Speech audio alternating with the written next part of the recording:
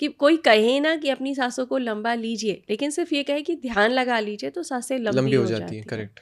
ठीक है। तो पहले जब आप सांसें लेते हैं तो आप हील होते हैं। जब उन सांसों का स्तर बढ़ता जाता है तो आपके अंदर माइंडफुलनेस आती है, क्योंकि अब सांसें क्या है, ना सिर्फ लंबी हुई हैं बल्कि गहरी हुई हैं, उनमें ठहराव आया है।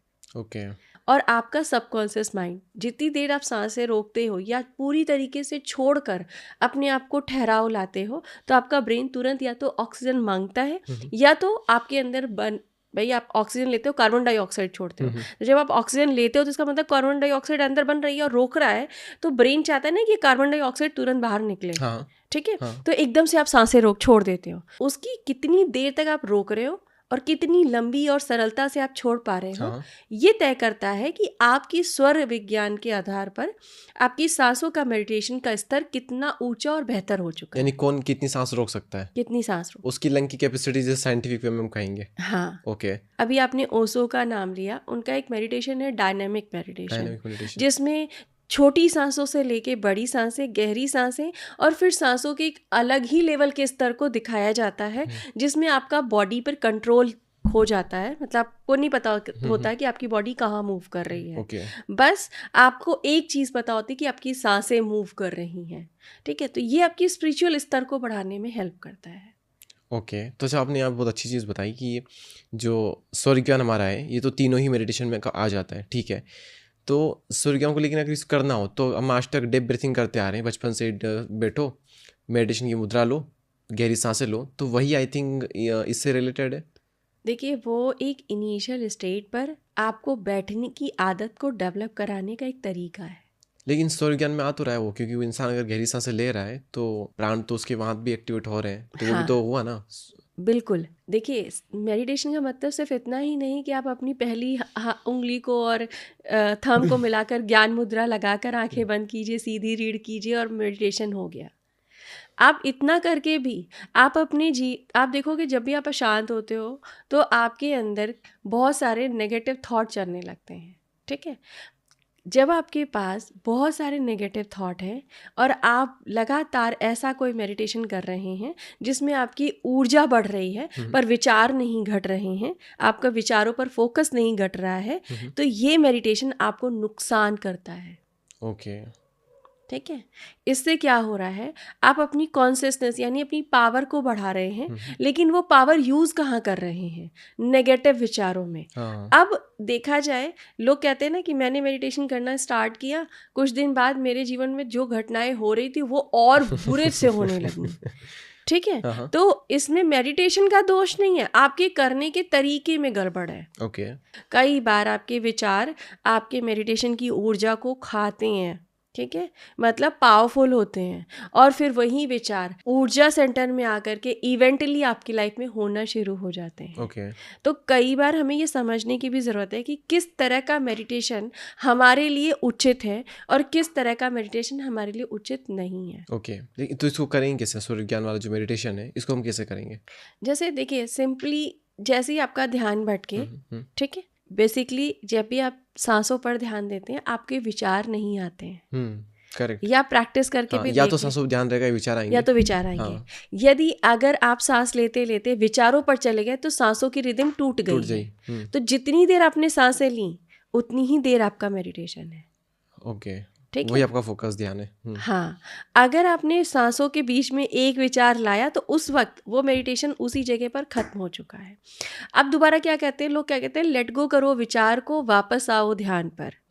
ठीक है। यही तो कहते हैं ना कि लेट गो कर दो विचार को, आप वापस से आ जाओ इस ध्यान पे।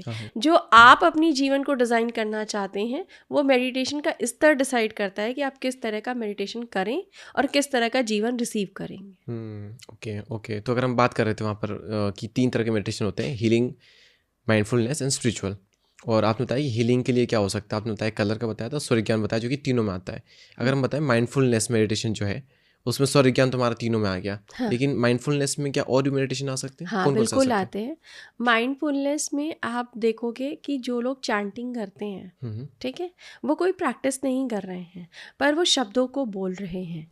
इसमें कुछ अलग अलग चैंटिंग्स हो सकती हैं, जैसे कुछ रिलीजन चैंटिंग हो सकती हैं, बहुत सारे लोगों ने अब क्वांटम आप जानते हो कि हमारी बॉडी के अंदर एक चीज़, एक प्रैक्टिस है क्वांटम स्तर, जहाँ हम डीपेस्ट लेवल पर अपनी एनर्जी को महसूस कर पाते हैं। तो कुछ क्वांटम साउंड्स भी हैं जिनके थ्रू भी हम अपने मेडिटेशन को करते हैं। जैसे एक डॉक्टर पिल्लई का है, और मैं कराती भी हूँ अपने मेडिटेशन में से, लाइक आरा कारा। तो इसका आप मीनिंग खोजने जाओगे तो इसका मीनिंग एग्जैक्टली ये होता है कि हम अपने अंदर की सभी नकारात्मक ऊर्जा को खत्म कर रहे हैं। ठीक है, लेकिन इसको कोई बोल नहीं रहा है, सिर्फ उस क्वांटम साउंड को अपने अंदर ब्रेन, मतलब वो वाइब्रेशन पैदा कर रहा है। आराकारा जो वर्ड है, आराकारा, इससे आराकारा से क्या होगा?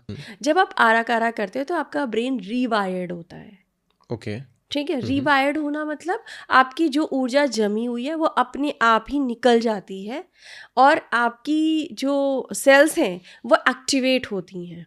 जैसे अगर आप एक बार, जो लोग भी देख रहे हैं वो ये कर सकते हैं, अगर आप 5 मिनट केवल सही से इस जगह पर, आपका ये टॉप ऑफ द एरिया है जहाँ से ब्रेन सेंट्रलाइज्ड होता है, उस जगह पर ध्यान लगाकर आरा कारा चैंट करते हैं, लाइक आरा कारा। तो आप जब आरा कारा बोलते हैं तो उसकी जो वाइब्रेशन आप फील करोगे कि लेफ्ट भी फील होती है, राइट भी फील होती है, और सबकॉन्शियस में फील होती है। ओके, ठीक है, जब आप इसे 5 मिनट करते हो, 10 मिनट करते हो, तो आप 1 सेकेंड के लिए रुक कर देखो कि आपके ब्रेन में कोई थॉट ही नहीं होगा। ओके, जब हम इस आवाज़ को बोल रहे हैं। हाँ, और माइंडफुलनेस क्या है? मेरे अंदर कोई विचार ही ना हो। ओके, जो फोकस हम कंसंट्रेशन की बात करते हैं, कंसंट्रेशन तब आता है जब कोई विचार नहीं होता है। हाँ, और विचार हटाने के लिए हम इसको ट्राई कर सकते हैं। करेक्ट। अच्छा, चैंटिंग में फिर अगर हम बात करें तो ओम वाला मेडिटेशन जो है, जब ओम को हम उच्चारण करते हैं तो वो किस में आता है? देखिए, वो भी इसी में आएगा? हाँ बिल्कुल। ओम की जो वाइब्रेशन है वो सिर्फ आपके ब्रेन को ही नहीं, बल्कि आपकी अंदर 3 ऊर्जा स्तर हैं, मतलब वात, पित्त और कफ। इन तीनों को बैलेंस रखने में ओम की ऊर्जा बहुत ज़्यादा हेल्प करती है, क्योंकि उसका साउंड जो है ओम, संस्कृत में ओम नहीं लिखा जाता, संस्कृत में ओम लिखा जाता है। हाँ, ठीक है, मतलब आ लिखा जाता है, फिर ओ लिखा जाता है, और लास्ट में ई या म लिखा होता है, जो हम बुक्स में, संस्कृत की बुक्स में या इसमें देखते हैं। तो जो अ का साउंड है, शास्त्रों के अनुसार वो नाभि से आता है। अ का तो आप ध्यान लगाओगे तो फोकस आप देखोगे कि नाभि पे वो साउंड आ रहा है। हाँ, करेक्ट। ठीक है, जब आप ओ लगाते हैं तो ये आपका चेस्ट यानी हार्ट पे आता है, थ्रोट पे आता है। तो आप जनरली देखोगे इस जगह पर होता है, नॉट थोट से थोड़ा नीचे होता है, तो यानी चेस्ट एरिया पर आता है। और जब आप म करते हो तो वो या तो थर्ड आई या फिर पूरे ब्रेन में कंपन होता है। ठीक है, तो आपका इन तीनों स्तर का बैलेंस होना आपके माइंडफुलनेस की पहली सीढ़ी है।